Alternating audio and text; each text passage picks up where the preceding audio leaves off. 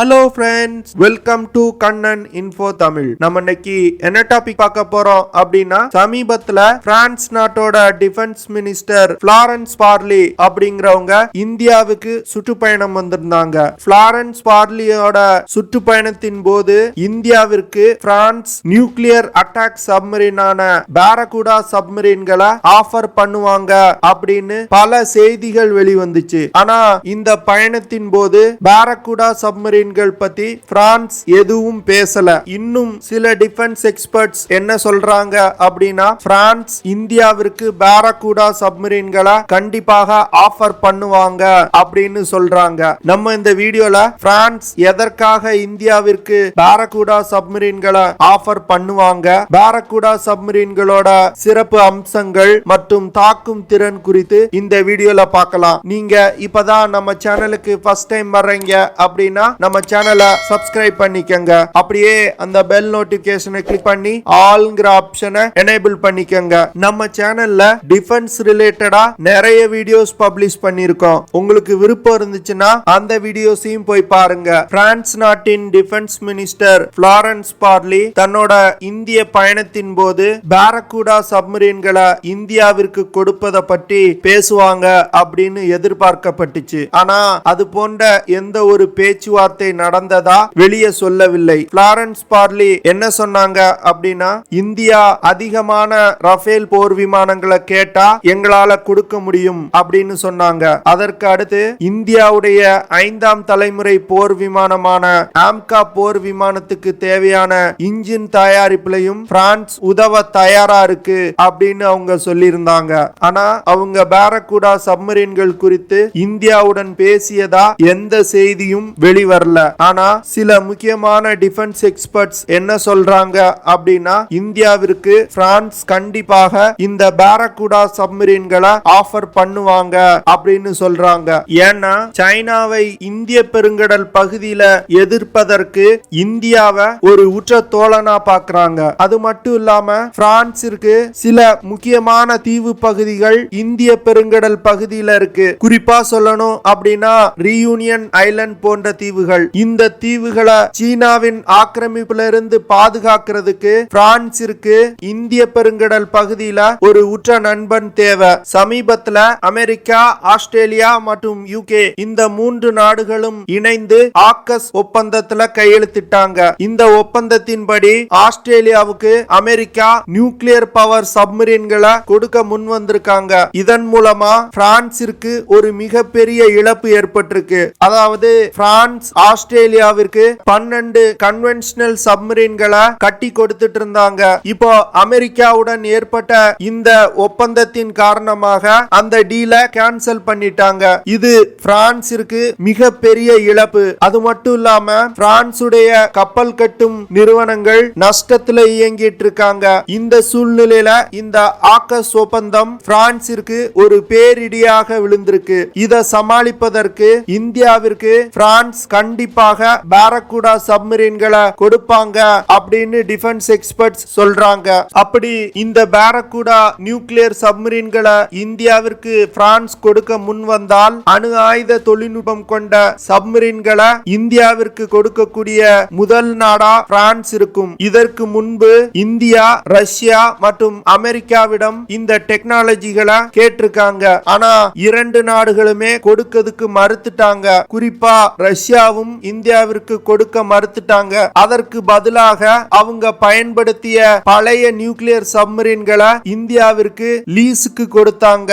இந்த nuclear power submarine technology இந்தியாவிற்கு கிடைச்சது அப்படின்னா இந்தியாவுடைய சீ டினையல் கேப்பபிலிட்டிக்கு ஒரு மிகப்பெரிய பூஸ்டா இருக்கும் அப்படின்னு டிஃபென்ஸ் எக்ஸ்பர்ட் சொல்றாங்க. அமெரிக்கா மற்றும் ரஷ்யா நியூக்ளியர் பவர் சப்மரீன் டெக்னாலஜியை இந்தியாவிற்கு கொடுக்கலானாலும் இந்தியா தாங்களாகவே முயன்று ஐஎன்எஸ் அரிஹாந்த் அப்படிங்கிற நியூக்ளியர் பவர் சப்மரீன்களை கட்டி முடிச்சிருக்காங்க. இந்த நீர்மூழ்கி கப்பலை 2016 வருடம் இந்திய கடற்படையில இணைத்தாங்க. ஆனா இந்த சப்மரீன்கள்ல ஒரே ஒரு பிரச்சனை இருக்கு. அது என்ன அப்படின்னா, இந்த சப்மரீன்கள்ல செறிவூட்டப்பட்ட யுரேனியத்தை பயன்படுத்த வேண்டியது இருக்கு. இதற்கு அதிகமா செலவு பிடிக்கும். அது மட்டும் இல்லாம இந்தியா நியூக்ளியர் சப்ளையர் குரூப்ல ஒரு மெம்பர் பவர் கிடையாது. இதனால இந்தியாவிற்கு யுரேனியம் கிடைப்பதற்கும் பல கட்டுப்பாடுகள் இருக்கு. இதனால செறிவூட்டப்பட்ட யுரேனியங்களை பயன்படுத்துறது மிகவும் கடினமா இருக்கும். இந்த பாரக்குடா சப்மரீன்களை பிரெஞ்சு நிறுவனமான நேவல் குரூப் அப்படிங்கிற கம்பெனி உருவாக்கி இருக்காங்க. இதே நிறுவனம் இந்தியாவிற்கு 6 டீசல் எலக்ட்ரிக் சப்மரீன்களை ப்ராஜெக்ட் 75I அப்படிங்கிற திட்டத்தின் மூலம் கட்டி வந்துட்டு இருக்காங்க. அதனால இந்த பாரக்குடா சப்மரீன்கள் இந்தியாவிற்கு கிடைச்சது அப்படின்னா இந்த நிறுவனத்தால இந்திய நிறுவனங்களுடன் இணைந்து அதிவிரைவா இந்த நீர்மூழ்கி கப்பலை கட்ட முடியும் அப்படின்னு சொல்றாங்க. இந்த பாரக்குடா சப்மரீன்களை பிரான்ஸ் இந்தியாவிற்கு கொடுத்தாங்க அப்படின்னா பல வருடங்களா இந்தியாவிற்கு அதிகமான டிஃபென்ஸ் எக்யூப்மெண்ட்ஸை சப்ளை பண்ணிட்டு இருக்க ரஷ்யாவை பின்னுக்கு தள்ளி பிரான்ஸ் முதல் இடத்துக்கு வரும். பாரக்குடா சப்மரீனோட ஸ்பெசிபிகேஷன்ஸ் பத்தி பார்க்கலாம். இந்த பாரக்குடா சப்மரீனை டிசைன் செய்தது நேவல் குரூப் அப்படிங்கிற பிரெஞ்சு நிறுவனம். இந்த சப்மரீன் ஒரு நியூக்ளியர் அட்டாக் சப்மரீன் கேட்டகரியை சேர்ந்தது. இந்த நீர்மூழ்கி கப்பலோட எடை 4800 டன். பாரக்குடா சப்மரீனோட நீளம் 99.5 மீட்டர். இந்த சப்மரீனோட அகலம் 8.8 மீட்டர். இந்த சப்மரீனை இயக்குறதுக்கு 2 டர்போ ஜெனரேட்டர் குரூப்ஸ் இருக்கு. இது 10 மெகாவாட் திறன் கொண்டது. இந்த சப்மரீன்ல K-15 அப்படிங்கிற நியூக்ளியர் ரியாக்டர் பயன்படுத்தப்பட்டிருக்கு. இந்த நியூக்ளியர் ரியாக்டர்னால 150 மெகாவாட் பவர் ப்ரொடியூஸ் பண்ண முடியும். இந்த நீர்மூழ்கி கப்பல்ல எமர்ஜென்சி பர்பஸுக்காக 2 டீசல் ஜெனரேட்டர்கள் பொருத்தப்பட்டிருக்கு. இது 480 கிலோவாட் திறன் கொண்டது. இந்த நீர்மூழ்கி கப்பல்னால நீருக்கு அடியில் 46 கிலோமீட்டர் பெர் ஹார் வேகத்துல டிராவல் செய்ய முடியும். அதுவே நீருக்கு மேற்பரப்புல 26 கிலோமீட்டர் பெர் ஹார் வேகத்துல டிராவல் செய்ய முடியும். இந்த பாரக்குடா சப்மரீன் நியூக்ளியர் சப்மரீனா இருக்கிறதுனால இந்த சப்மரீனோட ரேஞ்ச் அன்லிமிட்டெட். 10 வருடங்களுக்கு ஒரு முறை நியூக்ளியர் ஃபியூல் நிரப்புனா போதும். இந்த கப்பல்னால தொடர்ந்து 70 நாள் கடல் பயணம் செய்ய முடியும். இந்த பாரக்குடா சப்மரீன்களால 1150 ஃபீட் ஆழத்துல டிராவல் செய்ய முடியும். இந்த நீர்மூழ்கி கப்பலை இயக்குறதுக்கு 12 அதிகாரிகள் மற்றும் 46 செயலர்கள் தேவைப்படுறாங்க. இந்த நீர்மூழ்கி கப்பல்ல 4 533 mm டார்பிடோ டியூப்ஸ் பொருத்தப்பட்டிருக்கு. இதன் மூலமா ஹெவி வெயிட் டார்பிடோக்களை கூட லான்ச் செய்ய முடியும். இந்த நீர்மூழ்கி கப்பல்ல இருந்து ஸ்கால்ப் மிசைலோட நேவல் வெர்ஷன் மிசைல லான்ச் செய்ய முடியும். இந்த மிசைலோட ரேஞ்ச் 1000 கிலோமீட்டர். அதுக்கு அடுத்து எதிரி கப்பல்களை தாக்கி அழிப்பதற்கு இந்த நீர்மூழ்கி கப்பல்ல எக்ஸோசெட் அப்படிங்கிற ஆன்டி ஷிப் மிசைல் பயன்படுத்தப்பட்டிருக்கு. இந்த மிசைல்னால 70 முதல் 200 கிலோமீட்டர் தூரத்துல உள்ள கப்பல்களை தாக்கி அழிக்க முடியும். A3SM மைகா அப்படிங்கிற submarine launch surface to air மிசைலும் இந்த பாரக்குடா சப்மரீன்ல இணைக்கப்பட்டிருக்கு. இந்த சப்மரீன்ல FG-29 அப்படிங்கிற கடலுக்கு அடியில் புதைக்கக்கூடிய கடல் கன்னிவெடியும் இந்த நீர்மூழ்கி கப்பல்ல இருந்து டிப்ளாய் செய்ய முடியும். நீர்மூழ்கி கப்பல் மற்றும் போர் கப்பல்களை தாக்குறதுக்கு F-21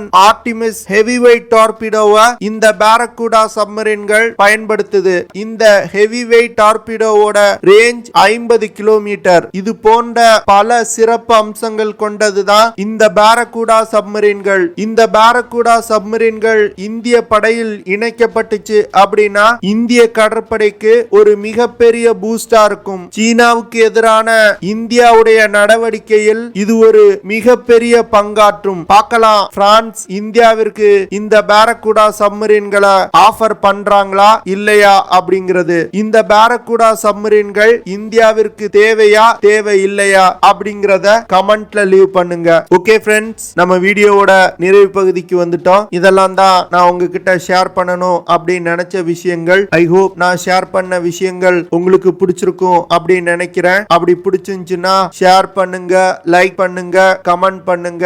மறக்காம நம்ம சேனலுக்கு சப்ஸ்கிரைப் பண்ணுங்க. அப்படியே அந்த பெல் நோட்டிபிகேஷனை கிளிக் பண்ணி ஆல்ங்கிற ஆப்ஷனை எனேபிள் பண்ணிக்கங்க. See you in the next video. Jai Hind.